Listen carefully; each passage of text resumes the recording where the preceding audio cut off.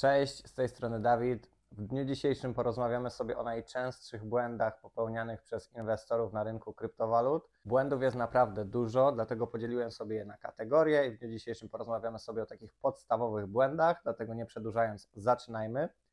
Pierwszym podstawowym błędem jest zaczynanie inwestycji bez edukacji. Jest to największy błąd, uważam, jaki możecie popełnić, ponieważ usłyszycie o rynku kryptowalut i od razu zabieracie się za inwestycje, nie mając pojęcia, z czym to się je, czym to tak naprawdę jest. I umówmy się, jeżeli ty nie wiesz, jaka jest różnica między coinem a tokenem, a chcesz zarobić pieniądze na rynku kryptowalut, najprawdopodobniej ci się to nie uda. Dlaczego? Ponieważ nie wiesz, czym jest technologia blockchain, czym są kryptowaluty, nie mówiąc już o inwestowaniu i psychologii w inwestycjach, która najczęściej podpowiada nam błędne rzeczy i my musimy nauczyć się walczyć ze sobą, aby tych błędów nie popełniać.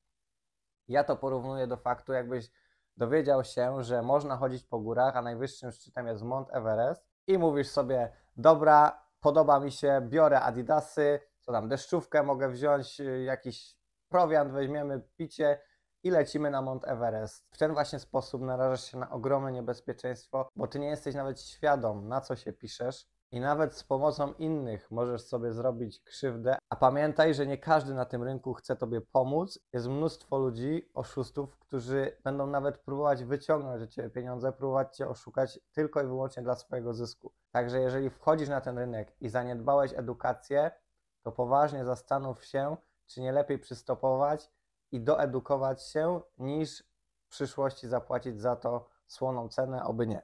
Ja wiem, że często jest tak, przeczytacie artykuł o supercoinie albo o kryptowalutach, o tym, że ktoś zarobił, pomyślicie sobie, czemu wy byście nie mieli też być tymi szczęśliwcami i właśnie tutaj chodzi o słowo szczęśliwiec. Szczęśliwiec to znaczy, że ty przez przypadek zarobiłeś pieniądze, ty nie edukowałeś się, nie miałeś podstaw, fundamentów, nie miałeś strategii, która spowodowała, że osiągnąłeś sukces, tylko wszedłeś na pałę, zainwestowałeś, udało ci się i nawet jeżeli tak by się stało, to uwierz mi, to co zarobiłeś bardzo szybko byś stracił poprzez chciwość, bo myślałbyś, że skoro tak łatwo się za pierwszym razem udało, to czemu miałoby się nie udać za drugim, trzecim i w końcu i tak tacy szczęśliwcy koniec końców tracą, bo nie mają dobrze ułożonej głowy, ale o tym będziemy mówić później.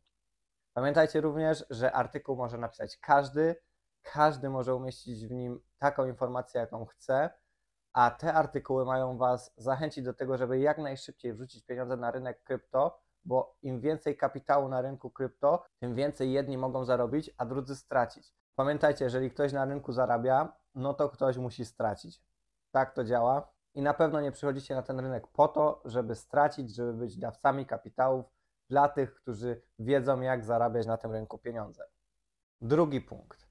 Brak podstawowej wiedzy. On się oczywiście łączy z edukacją, ale jeżeli nie masz podstawowej wiedzy, nie wiesz, czym są cykle Bitcoina, czym jest halving, to naprawdę odradzam od razu wchodzenie na rynek krypto i inwestowanie swoich ciężko zarobionych pieniędzy i oszczędności.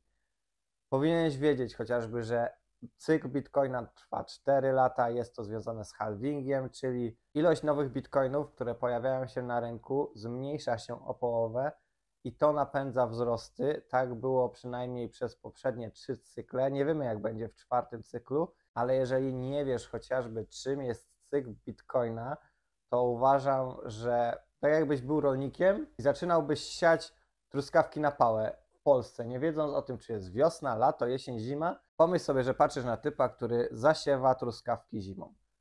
Co byś o nim pomyślał? Czy uważałbyś, że on dobrze robi? Wydaje mi się nawet, że ten typ więcej informacji sprawdziłby tylko po to, żeby inni się z niego nie śmiali, a niestety na rynku krypto jest tak, że ty wchodząc do tego świata nikomu nawet nie musisz o tym mówić. Możesz zrobić to sam, nikt tobie nie patrzy na ręce, możesz to ukryć, tylko ty ponosisz odpowiedzialność za to, co będziesz robił, tylko zagrożenie, jakie to za sobą niesie, jest takie, że nikt z boku nie może ci powiedzieć nawet, szturchnąć, że słuchaj, może byś się bardziej zastanowił, może byś się trochę doedukował, a potem poczynił swoje pierwsze kroki inwestycyjne i z jednej strony to jest spoko, ja to doceniam, że ja działam tylko i wyłącznie na swoich zasadach i mogę robić, co mi się żywnie podoba, Natomiast z drugiej strony dla nowych użytkowników jest to swojego rodzaju zagrożenie, ponieważ mogą oni zostać z dużym problemem, nawet psychicznym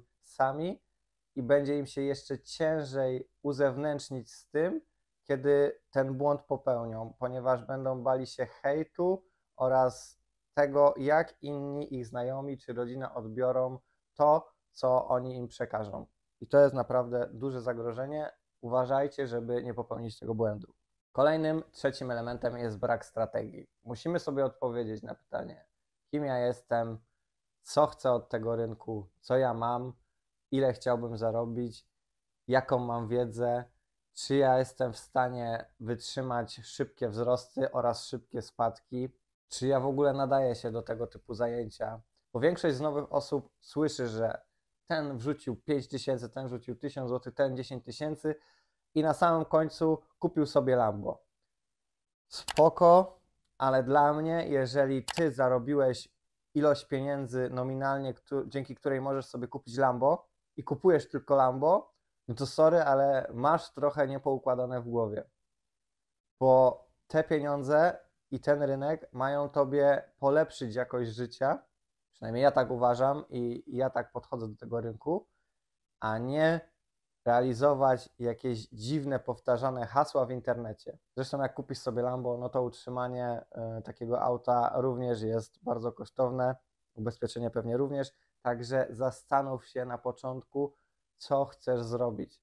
Jeżeli chcesz z 1000 zł stać się milionerem, to tak jakbyś, nie wiem, polonezem próbował osiągnąć pierwszą prędkość kosmiczną po to, żeby wylecieć w kosmos. No, pewne rzeczy są nierealne. Wiem, że media mówią o takich ludziach, którzy włożyli 1000 zł i stali się milionerami, bo zainwestowali w jakiś, nie wiem, głupi memcoin, ale takich ludzi, po pierwsze, jeżeli są, to jest ich garstka, po drugie, to jest przypadek, ponieważ oni najprawdopodobniej zainwestowali jakąś część pieniędzy w jakiś shitcoin i nawet o tym zapomnieli i dopiero w momencie, gdy w mediach usłyszeli, że ten shitcoin rośnie, to weszli na swój portfel, zobaczyli, że on jest bardzo dużo wart, ponieważ jeżeli naprawdę by śledzili ten portfel, to w momencie, gdy z 1000 zrobiłoby mu się 5000, potem 10, 15, albo potem jeszcze 50, to uwierz mi, nikt normalny nie czekałby do miliona, ponieważ zrealizowałby ten zysk i cieszyłby się tym.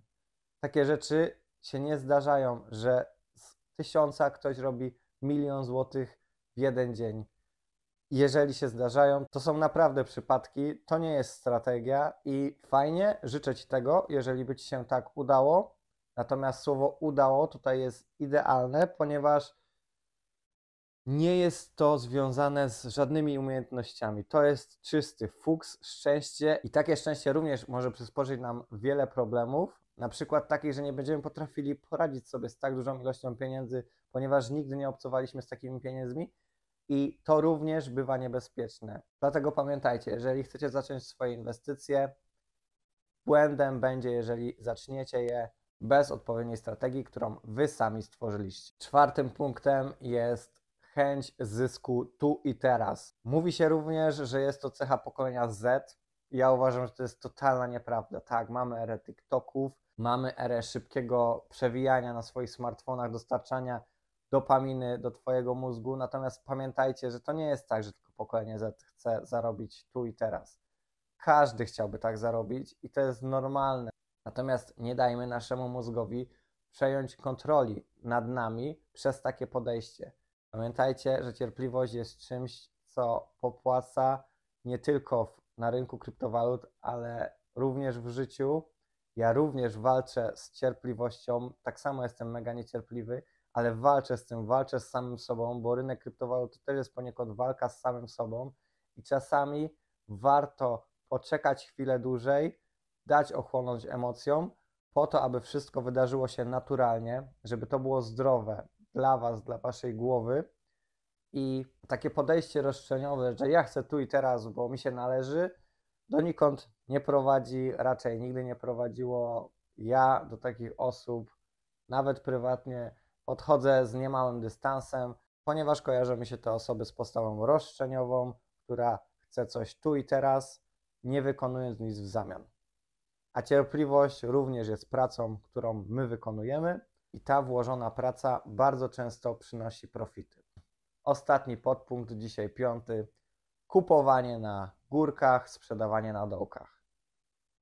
Jest to podstawowy błąd osób, które nie mają strategii, nie edukowały się, chcą zysków tu i teraz i nie mają podstaw, czyli wszystkie 4 błędy. Jeżeli wy ich nie przeanalizowaliście w swoich głowach, to koniec końców popełnicie 5. błąd, który jest efektem zaniedbania 4 poprzednich. I naprawdę, jeżeli ktoś chce zarobić na rynku kryptowalut, ale nie tylko, jeżeli chcesz zarobić w handlu, no to ty nie kupujesz czegoś drożej, żeby potem sprzedać taniej i być na stracie, tylko raczej robisz odwrotnie. Jeżeli idziesz do sklepu i widzisz, że masło kosztuje 20 zł, to ty nie rzucasz się na to masło i nie kupujesz 10 kostek, raczej robisz to w momencie, gdy widzisz, że kosztuje złotówkę, bo jest w promocji. Gorzej jest, jeżeli inni potrafią wpływać na twoje decyzje. I na przykład twierdzą, że jeżeli coś jest drogie, to tego zabraknie, już jutro tego nie będzie i trzeba kupować. I ty wtedy bezmyślnie kupujesz te drogie masło, nie wiem po co. Oczywiście, jeżeli tego nie masz i potrzebujesz to, na przykład jest to lek, no to jesteś zmuszony do tego, żeby kupić ten lek. Natomiast jeżeli to jest masło, bez którego przeżyć można, to w moim przypadku pojawia się pytanie: Dawid, czy ty na pewno musisz kupować to masło teraz za 20 zł, tak jak inni to robią? A może ty włożysz trochę pracy w swoje życie i przeżyjesz 3 dni bez masła. Być może ono za 3 dni będzie tańsze. Albo po prostu zrób sobie tydzień bez masła. Sprawdź siebie, czy jesteś w stanie to wytrzymać. I okej, nie można przesadzać w żadną ze stron, ale jeżeli widzisz taki wystrzał, pik cenowy w danym momencie, to powinna tobie zapalać się lampka, że to nie jest normalne, to jest ekstremalna sytuacja i nie powinieneś ulegać swoim emocjom w twojej głowie, które, jak na początku filmu powiedziałem, często błędnie nam podpowiada. I o tym pisał Kahneman. Mamy 2 sposoby myślenia. Jeden jest szybki, drugi jest wolny. Ten szybki jest intuicyjny, a ten wolny pozwala nam na przeanalizowanie sytuacji. Jeżeli my swoje życie podejmujemy tylko decyzje poprzez intuicję, poprzez ten system szybki, to często po czasie uświadamiamy sobie, albo bardzo szybko, że nie była to dobra decyzja. Warto było wtedy chwilę przystopować, przeanalizować daną sytuację i zachować się lepiej. I to jest tak zwana pułapka myślenia, kiedy my na hura już robimy coś, bo tak nam się wydaje i nie potrafimy opanować swoich emocji. To były pierwsze 5 podstawowych błędów, które uważam, że inwestorzy popełniają na rynku kryptowalut, ale nie tylko, bo dawałem również przykłady z życia. Osobiście uważam, że na rynku krypto, na nasze wyniki wpływa poniekąd właśnie to, kim jesteśmy i jakimi ludźmi jesteśmy, ponieważ proces podejmowania decyzji jest tutaj konieczny. Jeżeli my w swoim życiu jesteśmy nieskuteczni, podejmujemy szybkie, złe decyzje, nie potrafimy opanować emocji, to bardzo często, jeżeli jesteś taką osobą i wejdziesz na rynek kryptowalut, tutaj również będziesz się tak zachowywać. Dlatego rynek kryptowalut to nie tylko nauka na temat inwestycji, na temat technologii blockchain, ale to także praca nad samym sobą i to jest piękne, to mnie jara i chciałbym, żebyście wy też w ten sposób spojrzeli na ten świat. Za dzisiaj dziękuję. Jeżeli się podobało, zostawcie suba, łapkę w górę. Do zobaczenia w następnym odcinku. Cześć!